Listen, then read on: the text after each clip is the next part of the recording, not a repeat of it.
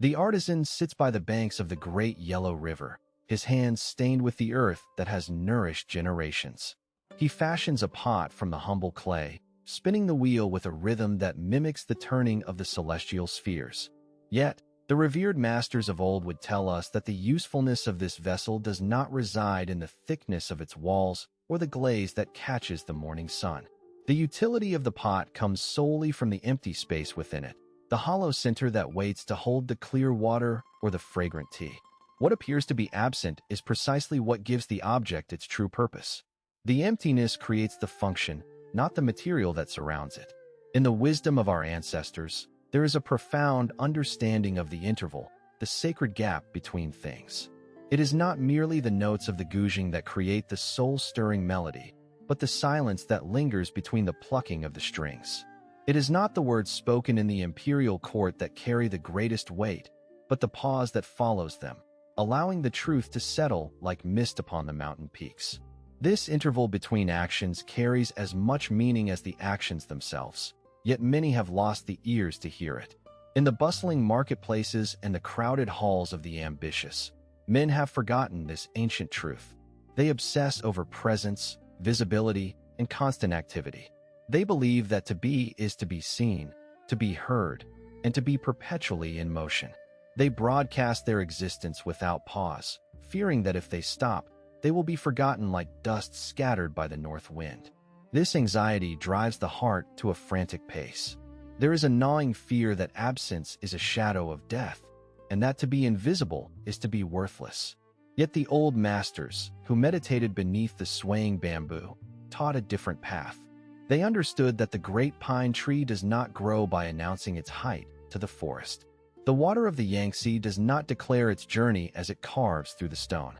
The most powerful forces in nature move in a deep and holy silence. The mountains rise toward the heavens so slowly that the eye cannot perceive their motion, yet they stand as the pillars of the earth. The rivers carve mighty canyons over the span of centuries, not through loud assertion, but through the persistent, quiet grace of their flow. Power accumulates in the stillness, not through constant announcement. Your value does not emerge from being perpetually visible to the eyes of the world. It arises from the space you create around your spirit and from understanding the precise moment when you must withdraw completely into the shadows. When you understand the art of withdrawal, your presence begins to carry a genuine weight. When you finally return from the silence, your arrival is treated with the reverence of a long-awaited spring.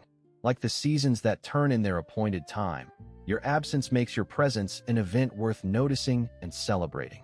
This is not a philosophy of abandoning your duties or vanishing without care for those you leave behind. It concerns a deeper principle of the universe. Scarcity increases the perceived value of all things under heaven. Abundance, when it is excessive and unending, diminishes value until it is lost entirely. This truth applies to the gold found in the deep veins of the earth, to the precious time we are granted between birth and the grave, and to your very presence among your kin and peers. What is rare becomes a treasure to be guarded in a jade box. What is found everywhere, like the common weeds by the roadside, becomes invisible to the traveler. Consider the ancient sages who retreated to the high mountain peaks for many years, living on dew and the breath of the wind. When they finally descended from the clouds to impart a single teaching, emperors would vacate their thrones and common people would travel across 10 provinces just to hear a single sentence fall from their lips. Their words carried the weight of 1,000 years of accumulated silence. Each syllable mattered because words were rare, chosen with the care one might use to select a single pearl from the depths of the sea. These masters of the Tao practiced the art of retreating in order to advance. They were like the water that withdraws from the shore before it returns as a mighty wave, or like the bowstring that is drawn back into tension before the arrow is released toward its mark. Strategic absence is the precursor to powerful presence. The withdrawal is the time when energy is gathered and the spirit is refined. The silence builds a tension in the air, a sacred anticipation. When the return finally occurs, it carries an accumulated force that a constant, tiring presence could never hope to achieve. In the realm of human relationships, being constantly available creates the illusion of worthlessness.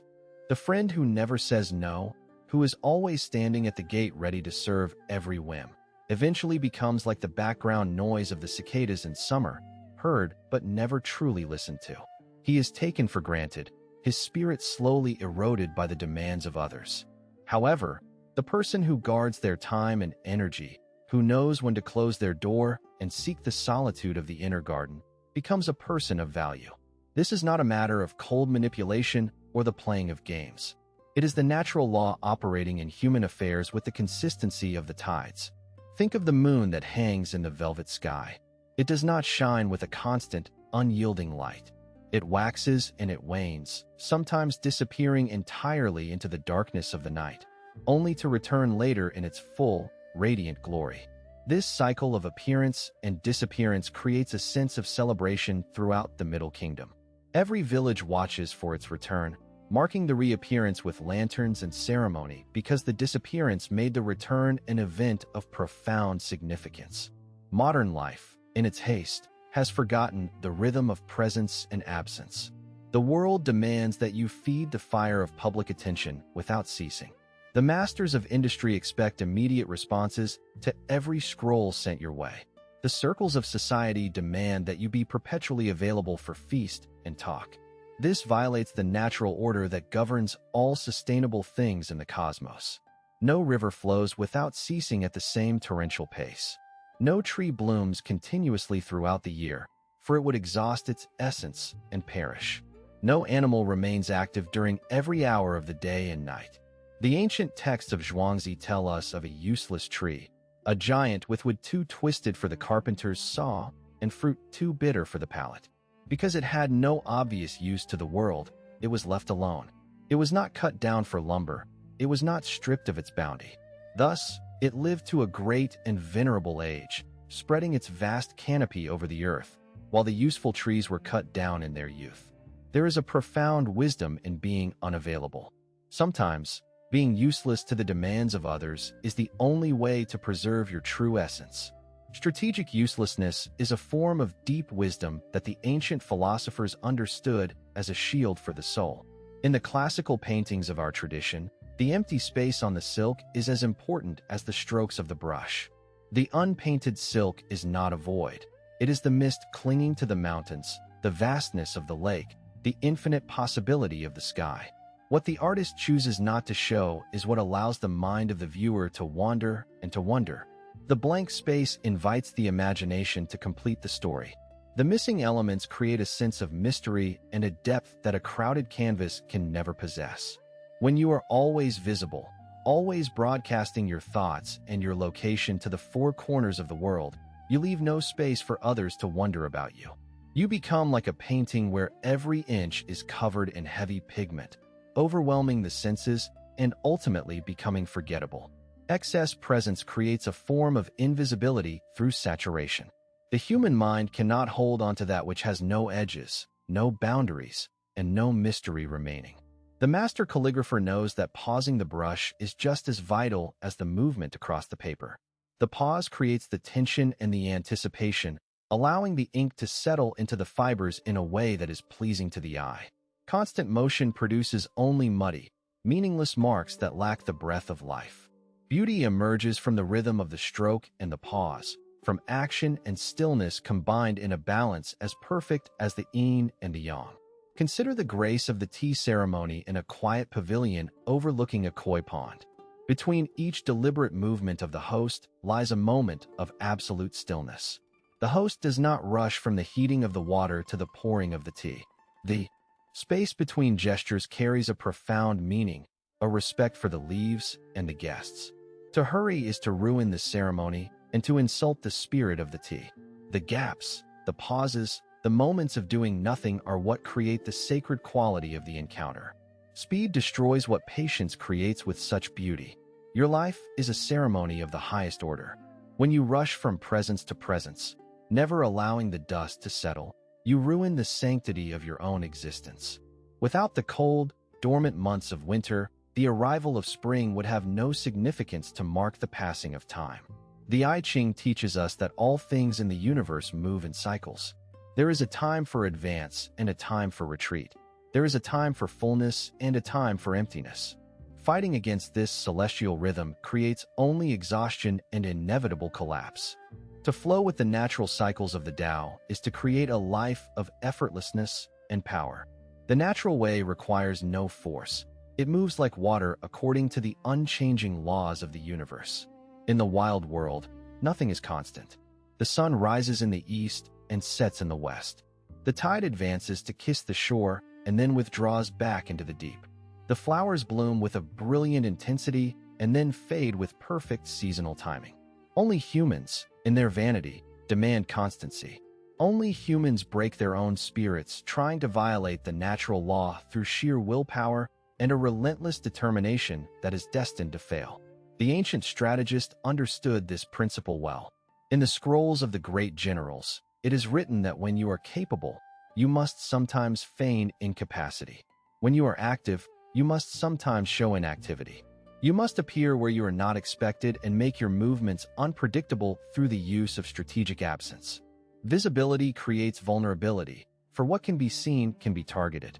Mystery, however, creates a distinct advantage. Absence generates power in all human endeavors, whether they be the movements of an army or the quiet pursuits of a scholar. In the world of affairs, the consultant who is always available at the beck and call of every merchant seems less valuable than the one who is selective with their time, giving their attention only when it is truly needed. In the bonds of friendship, the person who sometimes says no is respected far more than the one who never refuses a request. Saying no, being unavailable, and choosing the path of absence are signals that your time has value. It shows that your presence is not an infinite resource to be exploited by anyone who asks. People naturally respect that which has limits and boundaries. They disregard that which is offered without measure. Unlimited availability creates a hidden contempt and an eventual resentment from all parties involved. The bamboo in the forest bends in the howling wind but does not break. It achieves this longevity through its flexibility and its hollow center. It knows when to yield and when to let the storms pass overhead. Your presence must work in the same way. Constant visibility makes you rigid, brittle, and eventually exhausted. Strategic withdrawal makes you flexible and preserved, allowing you to be sustainable over many decades of life. There is an old saying among the forest monks: before enlightenment, one must chop wood and carry water. After enlightenment, one must still chop wood and carry water. What changes is the space between the actions. The quality of the presence you bring to the wood and the water shifts because you have also come to know the depth of absence. The quality of your attention changes when the rhythm of the universe is understood and integrated into your daily practice. Even the scholars of the mind in distant lands confirm what our sages have known for ages. They speak of how the heart stops noticing that which is always present. The rare visitor becomes a memory that is cherished.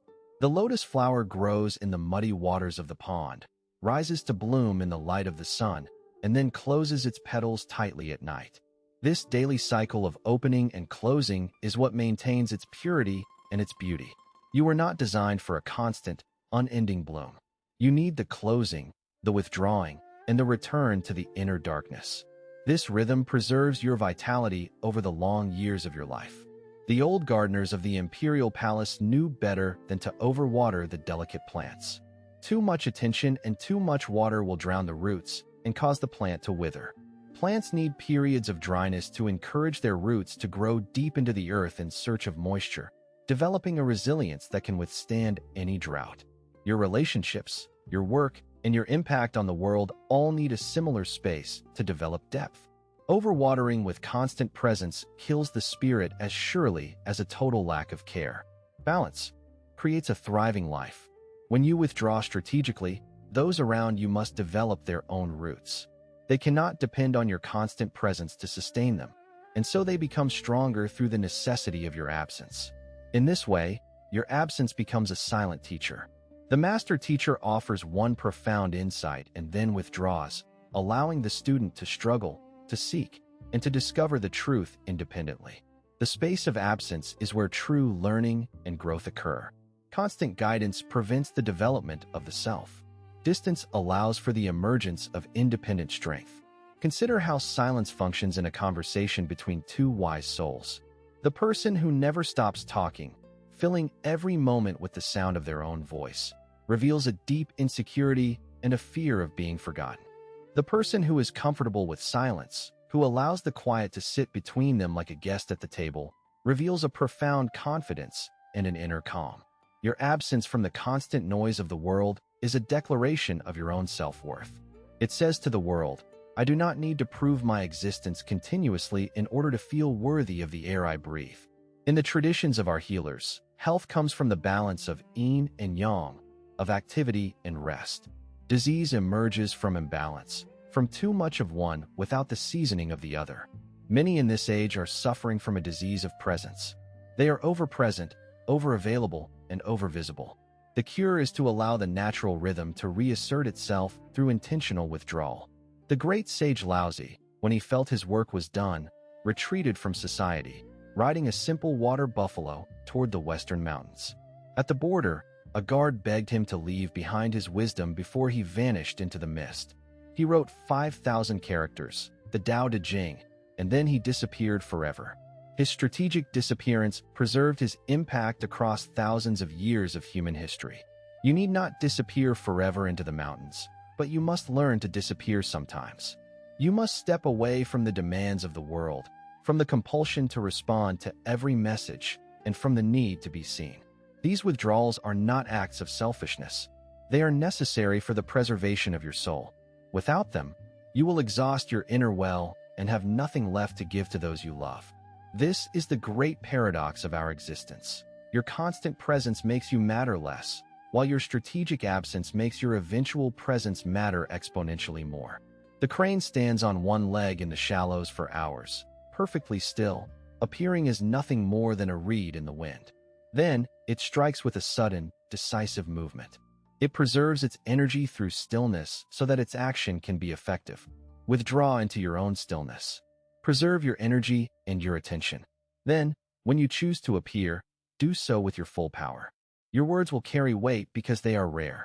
The ancient texts say that one should not exhaust the fish in the pond or burn the entire forest for a single season's gain. Reserve something of yourself. Create a scarcity of your own presence.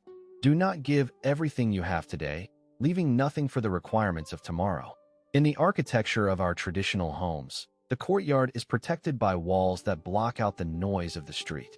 Inside, there is privacy, retreat, and authentic living. Build walls around your own presence, not to isolate yourself in bitterness, but to create intentional courtyards where you can restore your spirit. The tide does not apologize for withdrawing from the sand. The moon does not explain its waning to the stars. The seasons do not justify their changes to the trees. They simply follow the Tao. Your withdrawals require no explanation and no apology. You have a responsibility to be unreachable sometimes, to let the world wait.